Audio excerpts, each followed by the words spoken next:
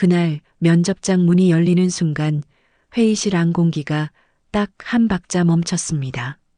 정장을 갖춰 입은 지원자들 사이로 아기띠를 한 여자가 조심스럽게 들어왔기 때문입니다. 검은 재킷 아래 포근히 안긴 아이는 작게 숨을 고르고 있었고 그 여자는 한 손으로 아이의 등을 받치고 다른 손으로는 구겨진 이력서를 꼭 쥐고 있었습니다. 손끝이 하얗게 질릴 만큼 세게. 면접관들의 시선이 일제히 그녀에게 쏠렸습니다.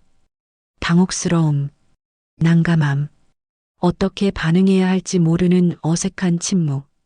그때 맨 끝자리에서 천천히 안경을 벗는 사람이 있었습니다. 강태준, 태성그룹 회장. 감정으로 결정을 내린 적이 단 한 번도 없다고 알려진 사람. 그가 낮고 무게 있는 목소리로 말했습니다. 여긴 타가소가 아닙니다. 그 말 한마디가 회의실 전체를 눌렀습니다. 여자의 얼굴이 새하얗게 질렸습니다. 눈가가 떨렸습니다. 입술이 가늘게 떨렸습니다. 그러나 그녀는 돌아서지 않았습니다. 한번 작게 고개를 숙인 뒤 떨리는 손으로 이력서를 천천히 앞으로 내밀었습니다. 죄송합니다. 정말 죄송하지만. 목소리가 떨렸습니다. 하지만 시선은 흔들리지 않았습니다. 오늘이 아니면 안 될 것 같아서요. 바로 그 순간이었습니다. 아기띠 안의 아이가 작은 손을 들어 허공을 향해 뻗었습니다. 그 방향이 공교롭게도 강태준 회장 쪽이었습니다. 강태준의 시선이 그 손에 멈췄습니다. 아주 작은 손이었습니다. 아직 세상의 무게를 하나도 모르는 그 작고 연한 손이. 회장의 표정이 이상하게 굳었습니다. 그는 그 아이의 눈을 바라봤습니다. 한참을. 그리고 어느 순간 이력서를 받으려던 손을 천천히 내려놓으며 말했습니다. 잠깐 면접 중단합시다. 회사 창립 이후 단 한 번도 없었던 일이었습니다. 아무도 몰랐습니다. 그 여자가 강태준 회장의 삶에서 가장 오래된 상처와 연결된 사람이라는 걸. 그리고 그날 멈춰선 것이 단순한 면접이 아니라 수십 년 동안 움직이지 못했던 누군가의 시간이라는 걸. 강태준이라는 이름 앞에는 늘 같은 수식어가 따라붙었습니다.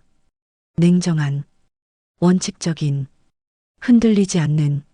그가 회의실에 들어서면 분위기가 달라진다고 직원들은 말했습니다. 농담이 사라지고 자세가 똑바로 펴지고 말 한마디를 다시 한번 점검하게 되는 그런 사람. 그는 30년 전 지방의 낡은 제조 공장에서 시작했습니다. 남들이 쉴 때 일했고 남들이 포기할 때 버텼습니다. 그리고 그 결심이 그를 여기까지 데려왔습니다. 태성그룹, 직원 수만 명. 이 나라 경제지면 어딘가에는 반드시 그의 이름이 등장하는 기업. 하지만 강태준은 알고 있었습니다. 성공이라는 단어가 자신에게 완전히 맞지 않는다는 걸. 사람들은 그가 모든 걸 가졌다고 말했지만 그는 오래전부터 무언가를 잃은 사람의 눈을 하고 살아왔습니다. 그게 무엇인지 그는 굳이 꺼내어 보지 않으려 했습니다.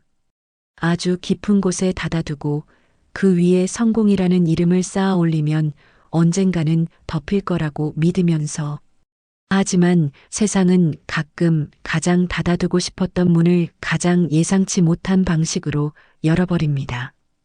한서윤, 29. 이력서는 2장이었습니다. 그것도 빼곡히 채우지 못한. 대학 졸업 후 취업, 그리고 아이를 낳고 나서 경력 단절 4년. 그 사이를 메운 건 단기 아르바이트 몇 줄이 전부였습니다. 남편란은 비어 있었고 비상 연락처는 동네 어린이집 원장 선생님 번호 하나. 그 빈칸들은 어떤 말보다 더 많은 것을 말하고 있었습니다. 서유는 혼자였습니다. 완전히. 남편은 아이가 태어나기도 전에 떠났습니다. 출산 후 일자리를 찾으러 다닐 때마다 돌아오는 말은 비슷했습니다. 아이가 어린데 근무가 될까요? 솔직히 저희가 좀 부담스럽긴 해요. 세상이 그녀에게 요구하는 건 단 하나였습니다. 엄마이기 전에 직원이 되라는 것. 하지만 그녀에게 그 두 가지는 분리될 수 없었습니다. 그날 아침 아이를 봐주기로 했던 이웃이 갑자기 병원에 실려갔습니다. 서유는 한참을 서서 생각했습니다. 포기할까? 그냥 오늘도 포기할까? 하지만 잠든 하준이의 얼굴을 내려다보는 순간 발이 떼어지지 않았습니다. 이 아이 앞에서만큼은 포기라는 단어를 쓰고 싶지 않았습니다. 그렇게 서유는 아기띠를 했습니다. 정장 재킷을 눌러 입었습니다. 이력서를 챙겼습니다. 그리고 문을 나섰습니다. 오늘이 아니면 안 된다. 오늘이 마지막이다. 강태준 회장이 이력서를 펼쳤을 때 처음엔 아무것도 특별하지 않았습니다. 짧은 경력, 긴 공백, 채용 기준으로 보자면 합격과는 거리가 먼 서류. 그런데 그의 손이 이름 칸에서 멈췄습니다. 한서윤. 흔한 이름이었습니다. 그런데 이상했습니다. 그 이름 석자가 그의 기억 어딘가를 건드렸습니다. 마치 오래된 서랍 안쪽에 손이 닿는 것처럼. 분명 없다고 생각했는데 손끝에 닿는 그 느낌. 그리고 그 아래 보호자란 고한수민. 강태준의 손끝이 멈췄습니다. 아주 미세하게 아무도 눈치채지 못할 만큼. 하지만 분명히 한수민. 그 이름은 30년 동안 단 한 번도 소리내어 부르지 못한 이름이었습니다. 26. 그는 아직 아무것도 아닌 청년이었습니다. 그리고 그 시절 그의 옆에 늘 한 사람이 있었습니다. 웃을 때 눈이 먼저 접히던 여자. 비 오는 날이면 유난히 말이 없어지고 대신 따뜻한 것을 그의 앞에 슬며시 밀어놓던 여자. 한수민. 그는 그녀를 사랑했습니다. 인생에서 그것 하나만큼은 단 한 번도 의심한 적이 없었습니다. 하지만 그는 그녀를 떠났습니다. 아니, 정확히는 스스로 놓아버렸습니다. 성공을 향해 달려가는 길목에서 사랑보다 야망이 먼저라고 믿었습니다. 시간이 지나면 이 선택이 옳았음을 증명할 수 있을 거라고 믿었습니다. 그 믿음은 결국 틀렸습니다. 한서윤 씨. 강태준이 처음으로 직접 이름을 부르자 회의실 안이 조용해졌습니다. 아이 이름이 뭡니까? 하준이요. 몇 개월이죠? 11달이요. 아기띠 안의 하준이는 그 순간 작은 손을 들어 허공을 더듬고 있었습니다. 그 방향이 공교롭게도 회장님 쪽이었습니다. 강태준은 그 손에서 시선을 거두지 못했습니다. 그 아이의 눈빛이 이상하게 낯설지 않았습니다. 어딘가에서 본 것 같은, 오래전부터 알던 것 같은. 어떻게 여기까지 오시게 됐습니까? 예정에 없던 질문이었습니다. 하지만 아무도 끼어들지 못했습니다. 서유는 망설이다 천천히 입을 열었습니다. 오늘 아이를 맡아줄 사람이 갑자기 없어졌다는 것. 포기하려 했지만 끝내 나설 수밖에 없었다는 것. 이야기는 한번 흐르기 시작하자 멈추기 어려웠습니다. 남편이 떠난 이야기. 출산 후 어딜 가도 아이 때문에 곤란하다는 말을 들어야 했던 이야기. 하루하루가 전쟁 같았던 4년. 저 대단한 사람은 아닙니다. 그냥 성실하게 일할 자신은 있어요. 아이 때문에 민폐 끼치지 않게 정말 더 노력할 수 있습니다. 목소리가 가늘게 떨렸습니다. 그녀는 마지막 말을 하면서 입술을 잠깐 깨물었습니다. 울음이 올라오는 걸 억누르는 방식으로. 강태준의 시선이 그 순간 그녀의 입술에 멎었습니다.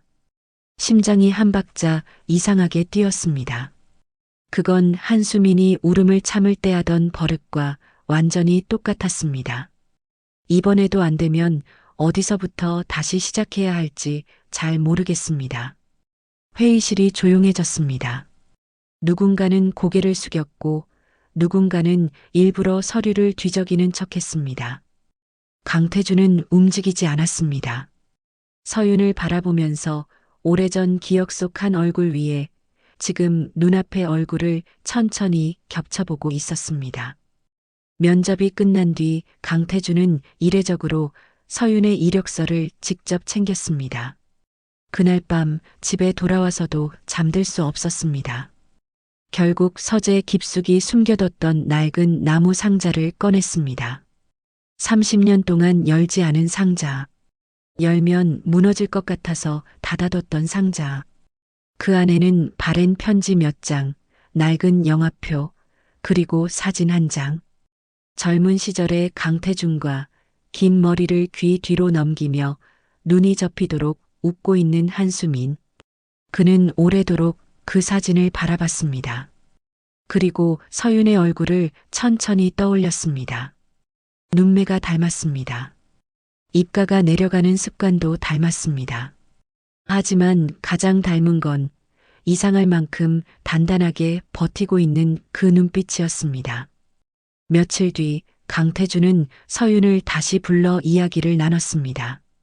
대화가 흐르다 그는 조심스럽게 물었습니다. 어머니는 어떤 분이셨습니까? 말이 없으신 분이셨어요. 가끔 술 드신 날에만 세상에서 제일 많이 사랑했던 사람이 있었다고 하셨어요. 강태준의 손이 멈췄습니다. 서윤은 가방에서 낡은 천지갑 하나를 꺼냈습니다. 엄마가 절대 버리지 말라고 했던 거예요. 아직도 가지고 다녀요. 강태준은 그 지갑을 보는 순간 숨이 막혔습니다. 모서리가 닳고 색이 바랬지만 한눈에 알아봤습니다. 30년 전 처음 제대로 된 월급을 받던 날, 오랫동안 고르고 골라 작은 가게에서 샀던 그 지갑. 한수미는 받고 나서 한참을 말없이 내려다보다 눈물이 맺힌 눈으로 웃었습니다. 이거 내가 죽을 때까지 써야겠다. 그 말이 지금 이 순간 귓속에서 울렸습니다. 강태준은 고개를 창밖으로 돌렸습니다. 눈가가 뜨거워지는 걸 들키지 않으려는 것처럼 정말로 너무 늦게 알아버린 것이었습니다. 그날 밤 강태준은 수십 년간 닫아뒀던 후회를 처음으로 정면에서 마주했습니다. 만약 그때 성공이 아니라 사람을 선택했다면, 만약 단 한 번이라도 용기를 냈다면, 만약 조금만 덜 비겁했다면 눈앞에 이 여자가 이토록 혼자 버티지 않았을까? 그는 그날 처음으로 깨달았습니다. 자신이 성공한 인생이 아니라 놓쳐버린 인생 위에 서 있었다는 걸. 다음 날 아침 강태준은 서윤을 회장실로 불렀습니다. 서윤은 문 앞에서 한참을 서 있었습니다. 오늘이 마지막 일지도 모른다는 생각으로. 문이 열렸습니다. 강태준은 그녀가 들어오자 서류 대신 따뜻한 차를 먼저 내밀었습니다. 한서윤 씨. 네. 면접 결과를 말씀드릴게요. 서윤의 손끝이 떨렸습니다. 합격입니다. 서윤은 한동안 아무 말도 하지 못했습니다. 믿기지 않는 얼굴로 아이를 더 꼭 안아들었습니다. 정말 제가요? 다만 조건이 하나 있습니다. 강태준은 낮고 조심스러운 목소리로 말했습니다. 당신이 혼자 버티지 않아도 되는 회사를 만들고 싶습니다. 서윤의 눈시울이 이유도 모르게 붉어졌습니다. 살면서 한 번도 들어본 적 없는, 하지만 어쩌면 가장 듣고 싶었던 말. 혼자가 아니어도 된다. 몇 달 뒤 태성그룹 본사 1층의 작지만 따뜻한 사내 돌봄 공간이 생겼습니다. 그 시작이 한서윤과 아기띠 속 작은 아이 하준이었다는 걸 아는 사람은 알았습니다. 직원들은 곧 알아챘습니다. 차갑기만 하던 강태준 회장이 그 공간에 들를 때마다 표정이 달라진다는 걸. 말이 줄었고 눈가가 부드러워졌고 아이들 앞에서만큼은 얼음이라는 별명이 어울리지 않는 사람이 되었습니다. 어느 날 퇴근 무렵 하준이가 회장님을 발견하고 두 손을 흔들며 웃었습니다. 아버지, 복도에 있던 사람들이 웃음을 터뜨렸습니다. 하지만 강태준은 웃지 못했습니다. 그는 고개를 숙이고 아무도 모르게 눈가를 한번 닦았습니다. 그건 아마 그가 평생 가장 늦게 받은 용서였을지도 모릅니다. 그날 저녁 서윤은 아이를 안고 회사 밖으로 걸어 나왔습니다. 하늘을 올려다보며 조용히 말했습니다. 엄마, 나 오늘 조금 덜 무서웠어. 차가운 바람 사이로 마음 한 구석이 따뜻해졌습니다. 그날 멈춰선 것은 면접이 아니었습니다. 수십 년 동안 움직이지 못했던 누군가의 오래된 시간이었습니다. 그리고 그날부터 두 사람의 인생은 아주 천천히 다시 앞으로 움직이기 시작했습니다. 살면서 너무 늦게 알아버린 마음 한 번쯤 잊지 않으셨나요? 끝내 전하지 못한 미안함, 지금이라도 붙잡고 싶은 인연이 있다면 댓글로 함께 나눠주세요. 이런 이야기가 마음에 남으셨다면 구독과 좋아요 부탁드립니다. 다음 영상에서도 마음에 오래 남는 이야기로 찾아오겠습니다. 감사합니다.